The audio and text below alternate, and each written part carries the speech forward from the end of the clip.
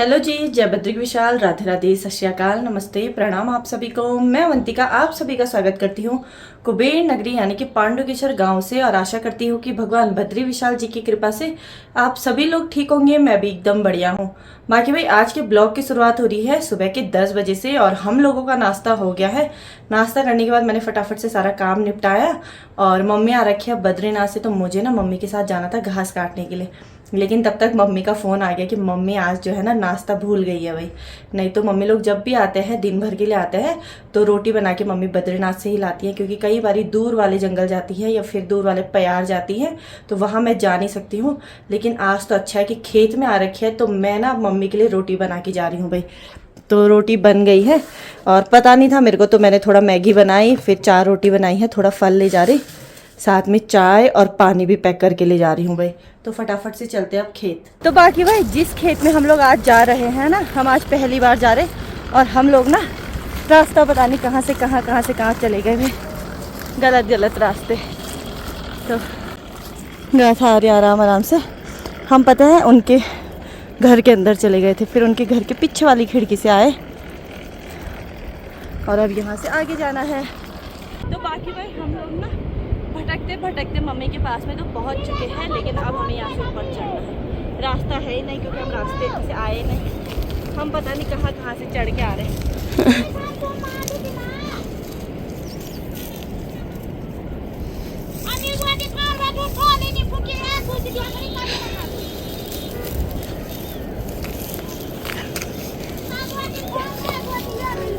ढूंढ मान नहीं पाई दुकानें भूल ना नाश्ता अब मान ली, तो एक से बहुत दूर प्यार जाए रही थी तब ना।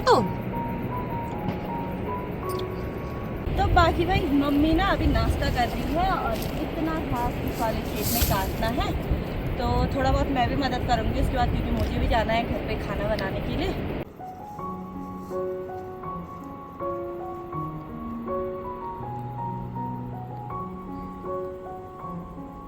बाकी भाई, आज का मौसम देखो कितना प्यारा हो रखा है, एकदम साफ है, प्यारी सी धूप आ रखी है, और बढ़िया वाला मौसम हो रखा है। साथ में इस साइड से हल्के से बादल आ गए हैं, तो देखते हैं कब तक मौसम साफ रहता है।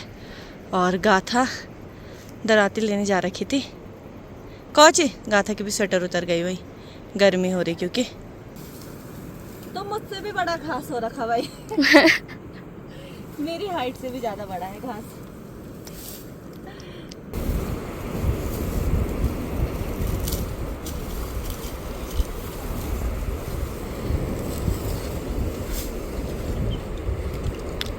बाकी भाई, जब भी जंगल आते हैं ना, तो जूते पहन के आने चाहिए। जूतों में ना पाँव फिसलते नहीं है। आज मैं चप्पल पहन के आई, गलती हो गई मुझसे।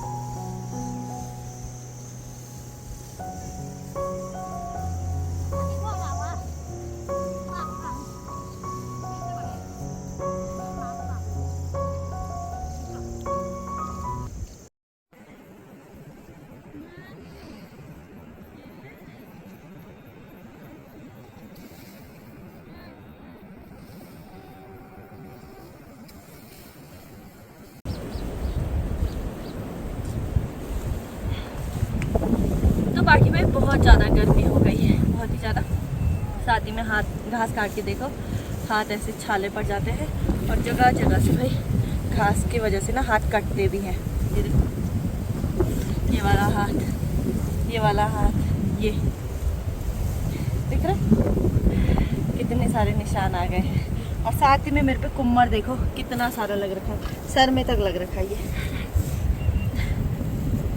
है ना, सर पे है, ये तो इतना मुश्किल है भाई।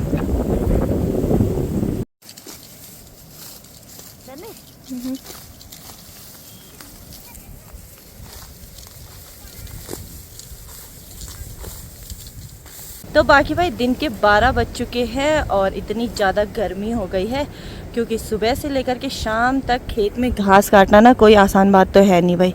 मम्मी लोग सुबह आ जाते हैं। मम्मी बद्रीनाथ भी कितने बजे हो ना? सुबह 5 बजे बद्रीनाथ से आ जाते हैं। उसके बाद बद्रीनाथ से आने के बाद ना शाम के 4-5 बजे में यहाँ से बद्रीनाथ जाता है। तो सोचो दिन भर खेत में रहना और केवल घास काटना। और आज तो मम्मी नाश्ता भी भूल गई थी भाई। तो जैसे मम्मी है, मम्मी के साथ में कोई भी आ रखा होगा, चाची लोग कोई भी, तो दिन भर खेत का काम करना बहुत ही टफ है भाई। मैं ही आई आज तो मेरा चेहरा देखो एकदम लाल पड़ गया है। और घास काटने से तो हो ही जाता है, साथ में भाई हाथ पे जो खरोच आ रही ना वो अलग। तो देखो इतना मम्मी ने, और घास काटने, नाश्ता तो भूल ही गई। और घास काटने के बाद ना इसे ऐसे ही रखा जाता है और इसको धूपी में रखेंगे कुछ टाइम। और उसके बाद जहाँ हमारी गौशाला होगी या फिर जहाँ भी हम अपना घास स्टोर करने के लिए रखते होंगे ना, पेड़ पे भी रखते हैं, तो वहाँ इसको डाल देंगे। बाकी भाई हम लोग ना घर जाने लग गए हैं। और जब हम मम्मी के पास में गए थे नाश्ता देने के लिए, हम लोग ना इतने गलत रास्ते गए, मतलब ऐसे चढ़ चढ़ के गए भाई। और अभी जब मम्मी ने सही रास्ता बताया ना सही रास्ता, तो देखो रास्ता इतना अच्छा है और हम रोड पे पहुंचने वाले हैं भाई, नीचे पे। तो बाकी भाई मैं ना घर पहुंच चुकी हूँ। घर पहुंचने के बाद फटाफट से नहाई और फिर उसके बाद दाल रखी है भाई बनने के लिए। दाल मैं सुबह ही ना जाने से पहले उबाल के गई थी और भात बन गया है। पापा के लिए पानी गर्म करने के लिए रखा है और आटा भी गूंद लिया है। तो थोड़ी देर छत में बैठती हूँ और उसके बाद जो है भाई खाना खाएंगे, क्योंकि मैं भी ना थोड़ा सा थक गई हूँ। तो बाकी भाई हम लोगों ने ना खाना भी खा लिया है और खाना खाने के बाद ना मैंने अभी बर्तन भी धोए, क्योंकि मम्मी को अभी बद्रीनाथ जाना है। तो फटाफट से जो भी तुलसी बच रखी है तो उसकी माला बना रही हूँ भाई। क्योंकि मम्मी ना 3-4 बजे तक चली जाएगी, इसलिए। तो बाकी भाई शाम के ना 4 बज चुके हैं और अभी जाके मेरी माला बन गई है। साथ ही में माला मैंने मम्मी के लिए भेज दिया बद्रीनाथ, रोड में देने जा रखी थी। और अभी ना दिन के बर्तन भी नहीं धो रखे भाई, तो किचन में आई हूँ बर्तन धोने के लिए। तब तक श्री का फोन आ गया। तो देखो श्री का फोन आया है भाई, मेरे को अपनी हर चीज दिखाता है, खिलौना वगैरह, और बुआ के लिए कुछ भेजता ही नहीं है देहरादून से। बाकी भाई आज ना दीदी का बर्थडे है और दीदी लोग आ रखे हैं पांडुकेश्वर। तो दीदी को happy birthday. Thank you. Nannu को भी happy birthday. Thank you. Nannu बग्गू बन रखा है। तो ये रहा भाई केक और अब फटाफट से कैंडल को जलाते हैं। Happy birthday to you, happy birthday dear दीदी, happy birthday Nannu.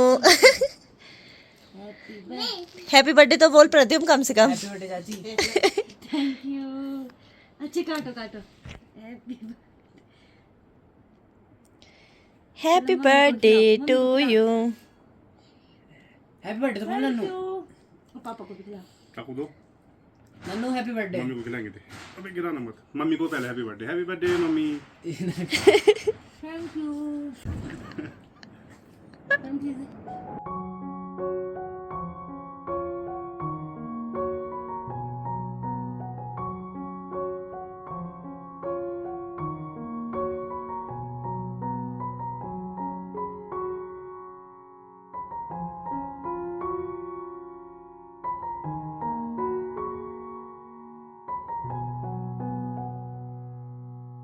Happy birthday to you. तो बाकी भाई हम लोगों का ना खाना भी हो गया है। खाना खाने के बाद मैं आ गई हूँ सोने के लिए, क्योंकि मैं ना आज बहुत ज़्यादा थक गई हूँ भाई। खैर मैंने इतना ज़्यादा काम भी नहीं करा, केवल 2-3 घंटे ही घास काटा। मम्मी लोगों के हिसाब से तो मैंने बहुत ज़्यादा कम काम करा है, क्योंकि मम्मी लोग तो सुबह से लेकर के शाम तक खेत में ही रहते हैं। साथ में दिन भर घास काटना इतनी कड़ी धूप में तो बहुत ही मेहनत भरा काम है।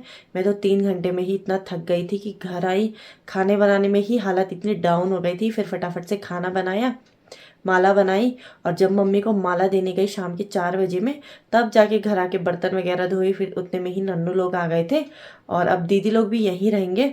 साथ ही में आज दीदी का बर्थडे भी था, तो थोड़ा बहुत वहाँ भी गई थी, हल्का सा ही सेलिब्रेट करा दीदी ने। फिर घर आई, पापा के लिए खाना बनाया, फिर फटाफट से मैंने भी खाना खा लिया है।